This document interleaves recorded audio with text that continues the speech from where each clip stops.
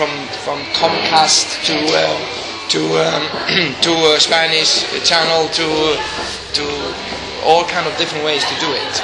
It's very tricky. United States have the least possibilities to do a kids TV in the world.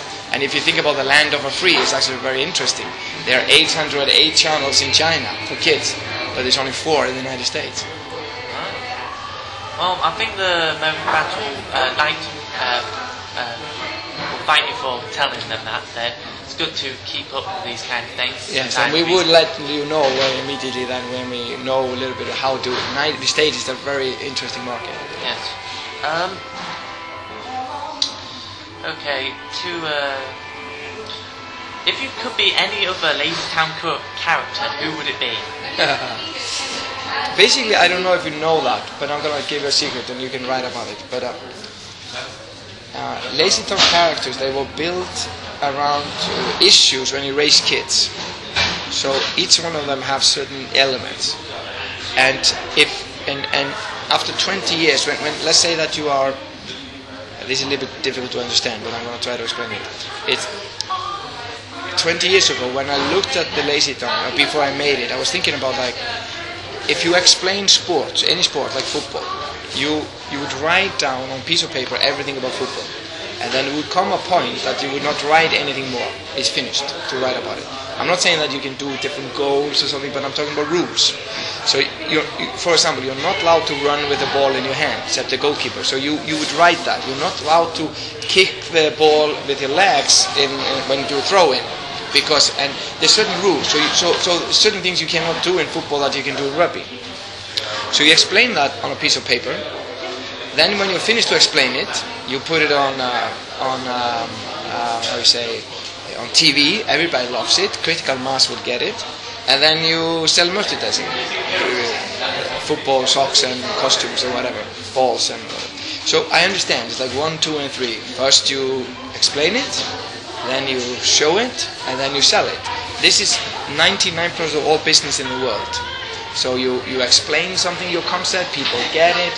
You get a critical mass, everybody loves it, and then you sell something around it. Okay, but if you change sports or football into health, then the problem starts, and you start to talk to 1,000 doctors and you say, "What is a healthy person?" And they start to write it down. It will be endless. It's literally like to ask somebody, "What is humor? What is funny?" Write down for me everything is funny. Write down for me love. What is love? You couldn't explain it. It's like endless. Or freedom.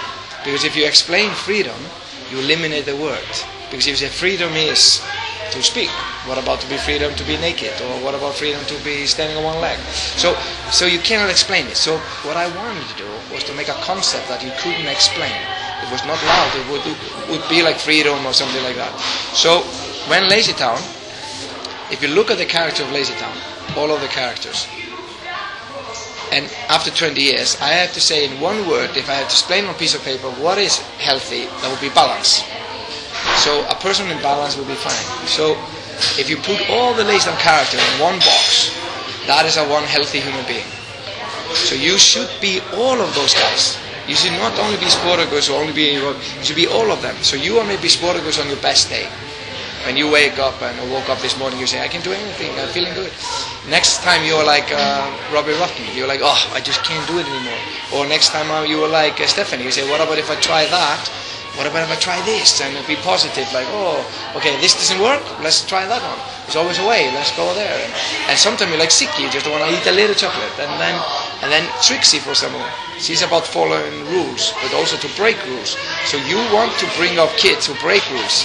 Not necessarily also follow them, but also break them. Because in some countries, women couldn't vote, for example. So somebody stood up and said, "Hey, wait a minute, this is a stupid rule, let's change it." Or you would say in politics, you say, I want to build houses differently.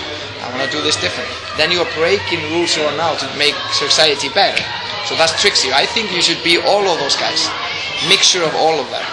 Then you will be healthy. So I don't really have a favorite kind of what I want to be. I want to be all of them. And so just a little bit of all of it. Okay, on to the next question. How many push-ups can you do like this? What's your record, do you think?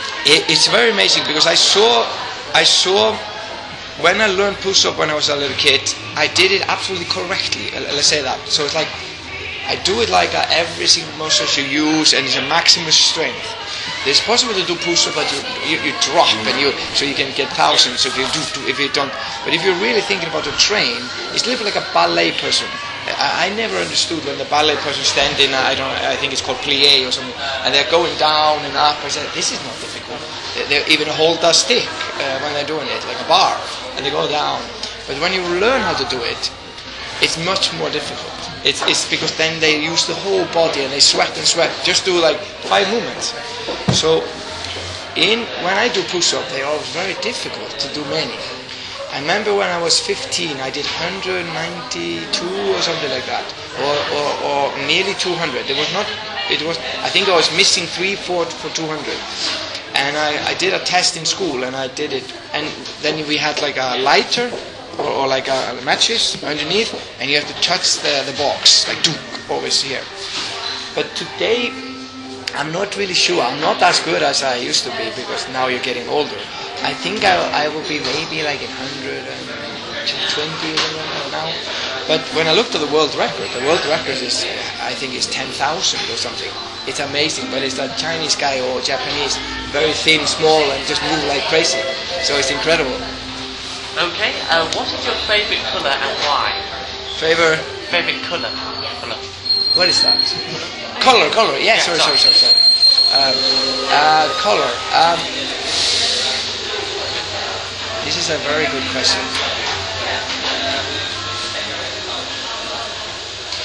I have 2 hobbies.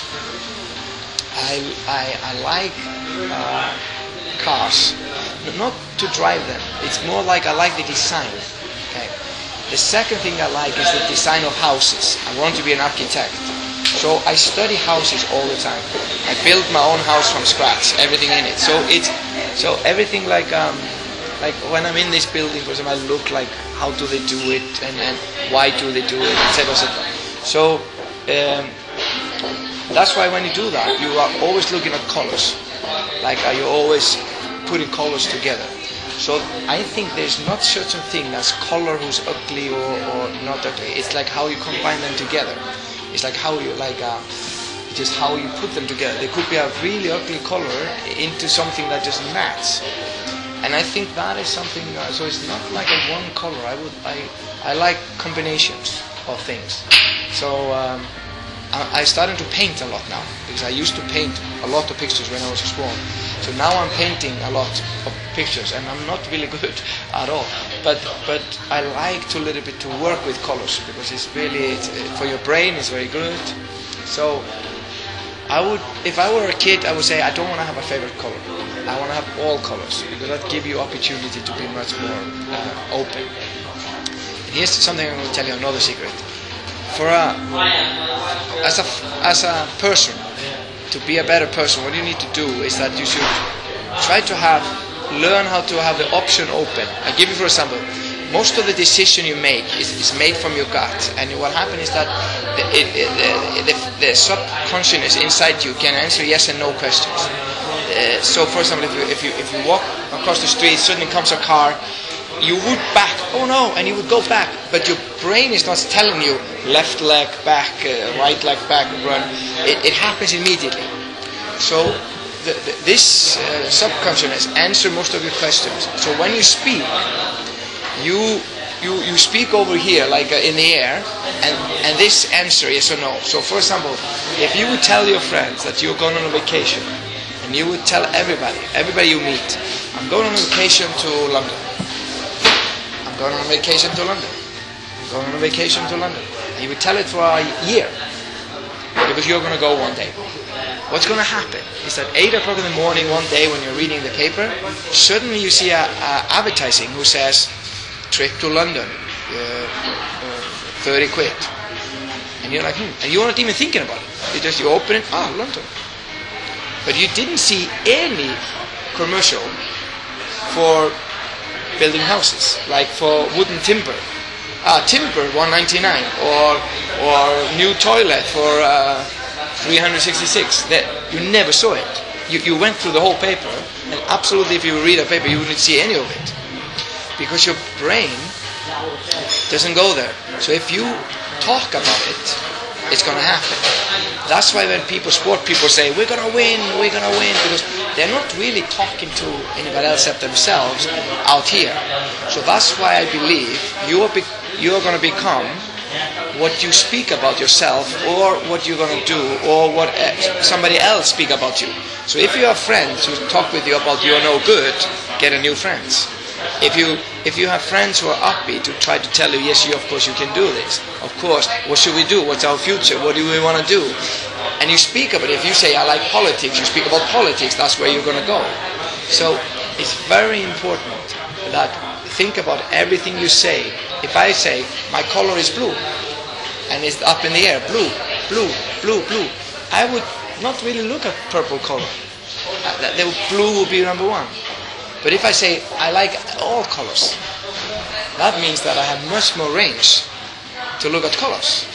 So that's why I think it's important exactly what you say and how you do it. And that is something that I believe that you should have open. And as a kid, when you are 14 to 21, this is the best time of your life. It's actually great. This is a time that you don't really need to think about babies. You don't really need to do a lot of things. And you think this time is like sometimes, it's hard because the brain is moving all the time. But you need to look at this time as the best time ever in your life, because that's what it is. But sometimes you don't appreciate it when you actually live in it right now. It's really interesting. So, and if you believe that all the people get success, or you believe that somebody else can do it, it's a bullshit. You can easily do it. The only thing you need to do, you need to tell people about it. You need to focus on it by yourself. You need to write it for yourself. You should have a mood board in your home. What do you like? So if you love to go to a beach, have picture of beaches. Rip that out of paper, put it on a board. Just look at beaches all the time. Then you're gonna see. Then your subconsciousness is gonna get you there. If you tell everybody you're going to New York, you are gonna end up in New York. And if I'd be an investor, and you say I'm going to New York, I would say here's my money. I am absolutely gonna bet that you're gonna go to New York. But if you say, I don't really know where I'm going, I have no idea where I'm going, would I give you money to go to New York? Absolutely not, because you're not going there. So it's very important, guys. It's very important. Okay, the next one's related to these new, the Stephanie thing recently in Iceland.